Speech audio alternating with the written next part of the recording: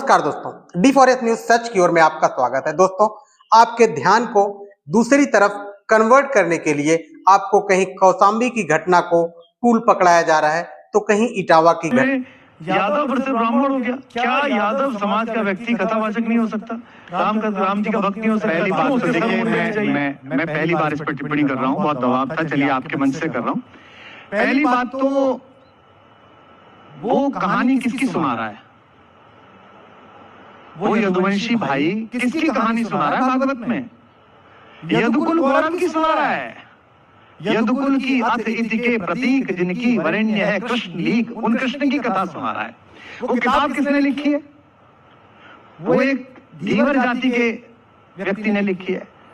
ब्राह्मणों की सारी कर्मकांडी पद्धतियां पूरे देश में विश्व में कथा गायन की जिन दो किताबों पर है, वो किनकी लिखी हुई हैं?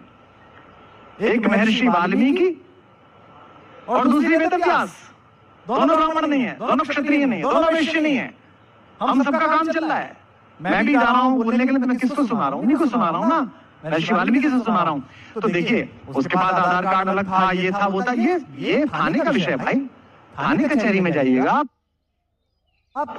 लेकिन किसी को आप इस बात से वंचित करें कि वो कथा करे, इसका मतलब आपको धर्म पता नहीं है। हाँ, मैं उनसे भी प्रार्थना करता हूं कि व्यासपीठ की गरिमा खंडित ना करें। मैंने थोड़ा बहुत पढ़ा भी है, पढ़ता भी घटना को टूल पकड़ाया जा रहा है, लेकिन इन सब घटनाओं में एक बहुत बड़ी घटना प्रदेश के अंदर ये हो रही है कि लगभग 5000 स्कूलों को दूसरे स्कूलों से मर्ज कर दिया जा रहा है। हम जहां अपनी बात को राष्ट्रवाद से ऊपर उठकर राष्ट्रवाद पर जीना पड़ेगा।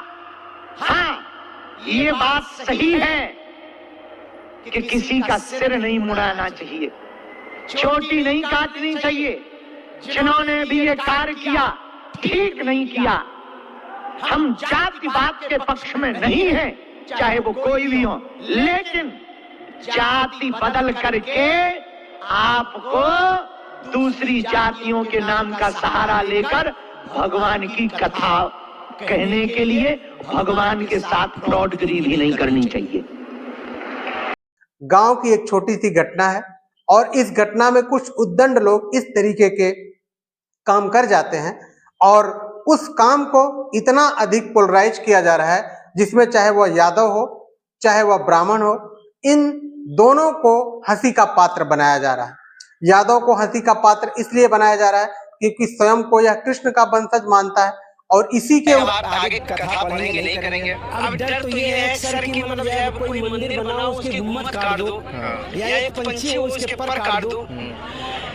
और हमारे कन्हैया जी गाया कर मैया से कहा करते थे कि सुरभि का पैपान न करियो बेनी स्वर न बोइयो और जइयो लोट धरन पर वही तेरी गोद न आइयो। तो बेनी का इतना बड़ा महत्व होता है चोटी का, और उन लोगों ने हमारी चोटी काट दी तो अभी मरे के समान हो गए। इससे पहले भी आपने ब्राह्मणों के गांव में कथा करी होगी, हर जगह की है सर। इससे पहले कभी कुछ ऐसा नहीं हुआ? नहीं, ऐसा क्यों नहीं होगा? क्योंकि ये पूरा एक जाति ब्राह्मणों का गांव था और जहाँ एक दो ब्राह्मण है तो लोगों ने सपोर्ट किया, कोई दिक्कत नहीं। ठीक है, एक आखिरी सवाल आप ये बताइए कि अब अखिलेश जी आपको यहाँ पे बुलाए, आपको सम्मानित भी करा, आप क्या कहेंगे अखिलेश जी के बारे में? सर, मैं तो बिल्कुल मरने की कगार में था। हमारा मुख्य उद्देश्य था कि आत्महत्या करने का, लेकिन उन्होंने आश्वासन दिया कि आप ऐसा नहीं करना। पर इस तरीके का अन्याय हो रहा है और ब्राह्मण को हंसी का पात्र इसलिए बनाया जा रहा है क्योंकि इतना ज्ञानवान होने के बावजूद भी इस मूर्खतापूर्ण घटना के लिए ब्राह्मण को भी हंसी का पात्र बनाया जा रहा है। आप देखेंगे कि किस तरीके से चाहे वो देवकीनंदन ठाकुर रहे हों या फिर बागेश्वर धाम के धीरेन्द्र शास्त्री रहे हों या फिर कुमार विश्वास रहे हों, इन सभी लोगों ने किस तरीके से इस घटना की निंदा की और सभी ने कहा कि ऐसा नहीं करना चाहिए। कोई भी यादव समाज के कथावाचकों के साथ चोटी काटने के और अभद्रता का मामला इस समय चल रहा है, उसमें आपका क्या कहना है? बहुत सारे पत्रकारों का ये मैसेज आया मुझे, बहुत सारे चैनल से मुझे बुलाया गया और मैं जातिगत बातों पर, मैं जातियों में नहीं बंधना चाहता। मैं सनातन कार्य के लिए कार्य कर रहा हूँ, मैं सभी सनातनियों को जोड़ना चाहता हूँ। रही बात चोटी काटने की, गलत है। किसी के भी साथ दुर्व्यवहार नहीं करना चाहिए। कोई भी किसी भी प्रकार का दुर्व्यवहार करता है वो ठीक नहीं है।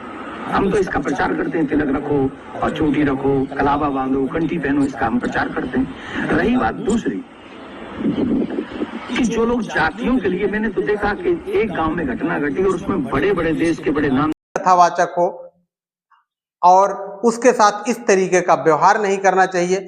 इन सब की बातों को न दिखाने के बजाय मीडिया, यूट्यूबर सिर्फ ब्राह्मण वर्सेस यादव कर रहे हैं और वो भी ऐसे बीच में लकीर खींच रहे हैं जैसे पाकिस्तान वर्सेस भारत की मैच की शुरुआत होने वाली है। इन्हीं संघर्षों के बीच एक बड़ा काम भारत सरकार का चल रहा है, उसमें उत्तर प्रदेश पहले आ रहा है कि जहां जो है प्राइमरी स्कूलों को बंद किया जा रहा है, जहां प्राइमरी स्कूल की संख्या कम है, बच्चों की संख्या कम है, वहां दूसरे प्राइमरी स्कूलों से जोड़ दिया जा रहा है। इस पर कोई बात करने को तैयार नहीं। इस पर जहां आप देखे होंगे कि प्राइमरी स्कूलों में ज्यादातर ऐसे बच्चे हैं जो कि एक बड़े स्कूल में एडमिशन नहीं करा सकते, एक बड़े स्कूल में पढ़ाई नहीं कर सकते और उनके गार्जियंस भी, उनकी आर्थिक स्थिति इतनी मजबूत नहीं है कि वो बड़े स्कूल में पढ़ाएं, वहां भेजें। उन्हीं के बच्चे प्राइमरी स्कूल में शिक्षा ग्रहण कर रहे हैं। अब उसी प्राइमरी स्कूल में भी ग्रहण लग गया है। बात इस समय ब्राह्मण वर्सेस यादव से ज्यादा जरूरी है कि प्राइमरी स्कूल का विलय ना किया जाए, प्राइमरी स्कूल को दूसरे स्कूल से जोड़ करके एक प्राइमरी स्कूल बंद ना किया जाए, क्योंकि अगर एक बार कोई प्राइमरी स्कूल बंद हो गया तो फिर दोबारा उसे स्टार्ट होने की कोई संभावना नहीं।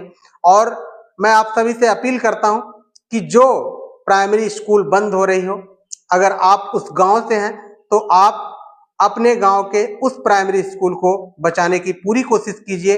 आप गांव के सभी बच्चों को उसमें एडमिशन कराइए, उसमें पढ़वाइए कि आपका विद्यालय बचा रहे। और ऐसा कहा जाता है कि जिस गांव के विद्यालय के दरवाजे बंद रहते हैं, उस गांव के बच्चों की भविष्य की खिड़कियां हमेशा हमेशा के लिए बंद हो जाती हैं। तो आप जो है ब्राह्मण वर्सेस यादव और मुंडन और मूत्र से बाहर आकर के उत्तर प्रदेश का में एक जो बड़ा खेल होने जा रहा है, उस पर आप बात करिए और उसे बचाने की कोशिश करिए। और सभी लोग एक साथ मिलकर के, चाहे वो किसी जाति धर्म के हों, क्योंकि ऐसा नहीं कि कुछ विशेष वर्ग बहुत ज्यादा धनी वर्ग है वो अपने बच्चों को प्राइमरी में नहीं भेजता। सभी वर्गों में, सभी जातियों में कमजोर लोग होते हैं जिनके बच्चे प्राइमरी में पढ़ते हैं, और उन सबको सामने आना होगा और वो सब आकर के ऐसी कोशिश करें कि उस प्राइमरी स्कूल जो कि दूसरे प्राइमरी स्कूल से जोड़ा जा रहा है, उस प्राइमरी स्कूल की संख्या बढ़ाएं, उसमें अपने बच्चों का एडमिशन कराएं। और उस गांव की नैतिक जिम्मेदारी बनती है कि आप अपने स्कूल को अपने गांव से न जाने दें। आप पूरी कोशिश करिए कि आपका स्कूल आपके गांव में ही रहे।